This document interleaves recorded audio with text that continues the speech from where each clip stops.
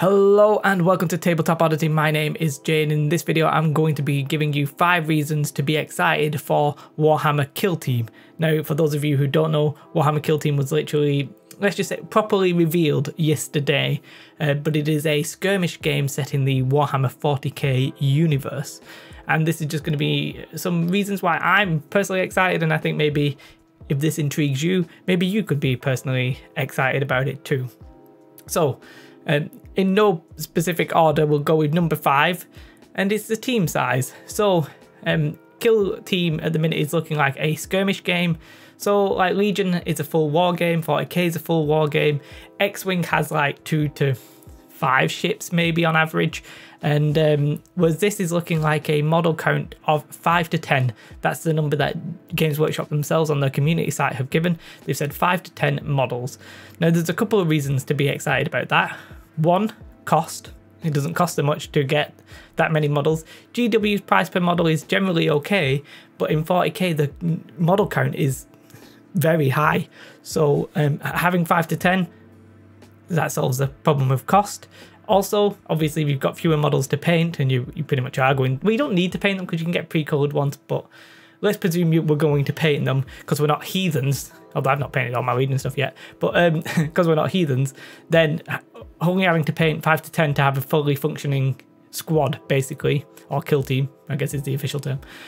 That's fantastic. And I'm going to mention this later on as well, but if it's 5 to 10 models, it suggests maybe the speed of the game might be quicker, basically. So that's the reason I'm excited. One, I love the fact that it's a smaller models count.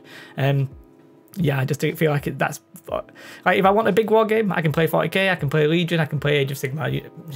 They already exist, but these mini skirmishy games, there's not that many really popular ones, and obviously I expect a 40k version of a skirmish game will be popular because it already is popular.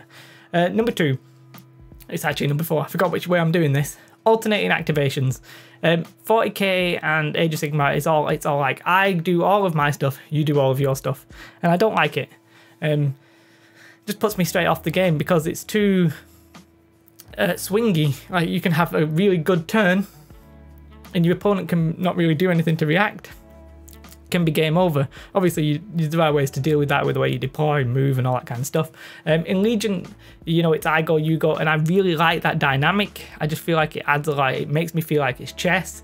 Like it's very strategic, and things are changing all the time. You've got to predict, but you've also got to keep with your game plan. I love it. I love alternating actions, and you know, this game is going to have them, so I'm interested in that. There's a couple of extra reasons that I'm not even going to throw in here, like it's alternating actions, but it's also going to be 2 to 4 players. That's interesting for a lot of people.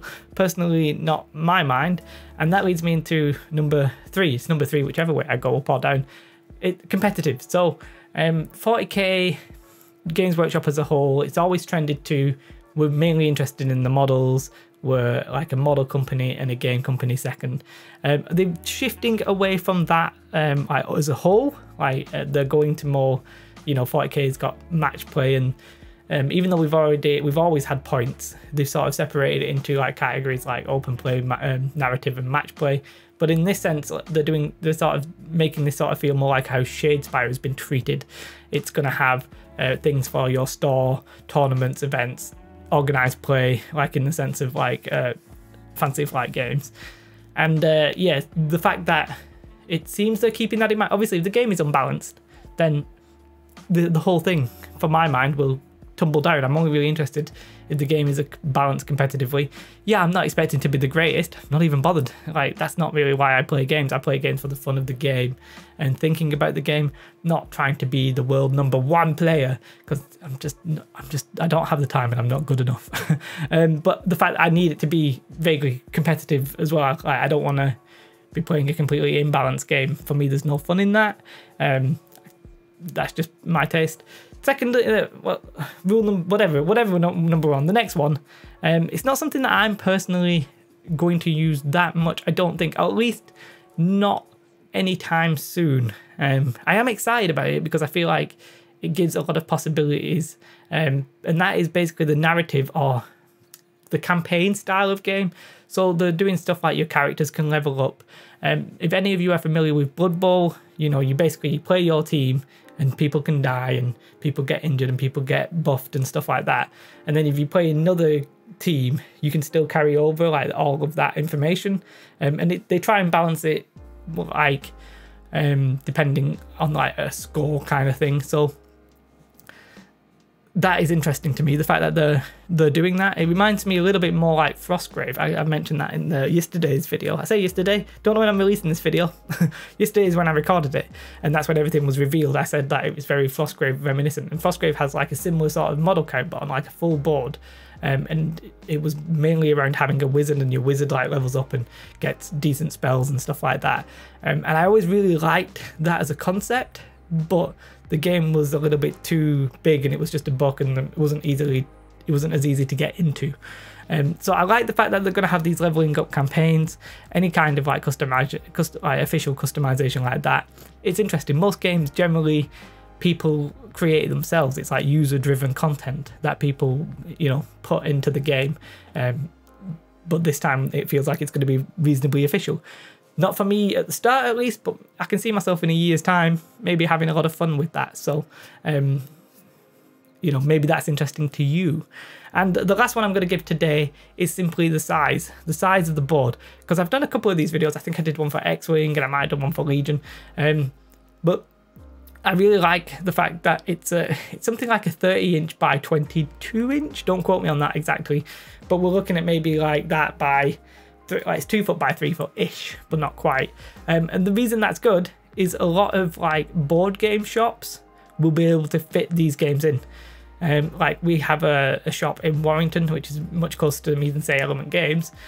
Both fabulous shops in their own right. Element Games is obviously much bigger and good in that sense, but the Stormforge in Warrington, it's got probably like 4 6x4 tables. But if you play that on, like, we could probably squeeze in 8 tables at least, maybe even 10, something like that, which is a 20-player event. You could possibly get something like that there. There's a shop in Wigan, which I've never been to, called Nerd Shack, which is like a card game shop. Even they could get in, it's the same kind of size on a normal sort of table in a normal sort of small shop. And you can get a lot of people in and have a decent like competitive event like that, or just for fun. Like I could go downstairs and play it on our kitchen table, which I can't do that with Legion, can't do that with 40k. X-Wing doesn't quite fit on the table. So I mean, the size also leads to the fact that the games are probably going to be shorter. We've not actually seen anything officially saying about the time of a game, but I'm personally expecting something between 30 minutes and an hour. That's what I'm hoping for, because then it means you can get through. You can easily do, what, 6 games in a day maybe, if that's the case. I'd be pretty happy with that. But like sort of X-Wingy in that sense, in the terms of how long a game takes, would be perfect for me. But there's 5 reasons. That's 10. That's 10, Jason. You need to learn how to count. But that's 5 reasons that I'm personally excited for it and interested and intrigued in the game. Let me know about you. I know some people have said that, you know, they're putting terrain with a lot of the kits. Like if you buy a kill team, they have a bit of terrain with it. And I sort of, I mean, I don't quite understand it in a sense. We'll have to wait and see if they do it without those terrain bits, because I guess it's just a way of being like, we need to sort of make it feel like it's a value worth pack. We'll have to wait and see for pricing. With something we don't know right now, and we will know in a couple of weeks, is pricing. It goes on pre-order at like the end of this month. That's when the release date is probably either the end of this month or the start of next month. But yeah, pricing is a big contentious issue. GW have historically been seen as fairly expensive, whether or not you agree with that or not. I personally sort of think so, as I said, but it generally harkens back to how many models a thing you use. But then sort of artificially throwing in terrain in some of the packs just worries me a little bit. Maybe we'll have to wait and see. We'll have to wait and see. I think you can, if you want to, just buy the core rule book and the individual models from, you know, like a pack of 5 Space Marines and play it like that. So don't be too disheartened, I would say, but we need to wait and see for price and what's happening with this terrain. At least they're my two like current issues. But yeah, that's the reason I'm excited. Let me know your thoughts in the comments below. I love talking about this kind of stuff. If you want to support me, there's always Patreon, because I don't plug that enough, so I'm plugging it right now. Yes, have a most beautiful day, and goodbye. Like and subscribe. Like to the subscribe. Goodbye.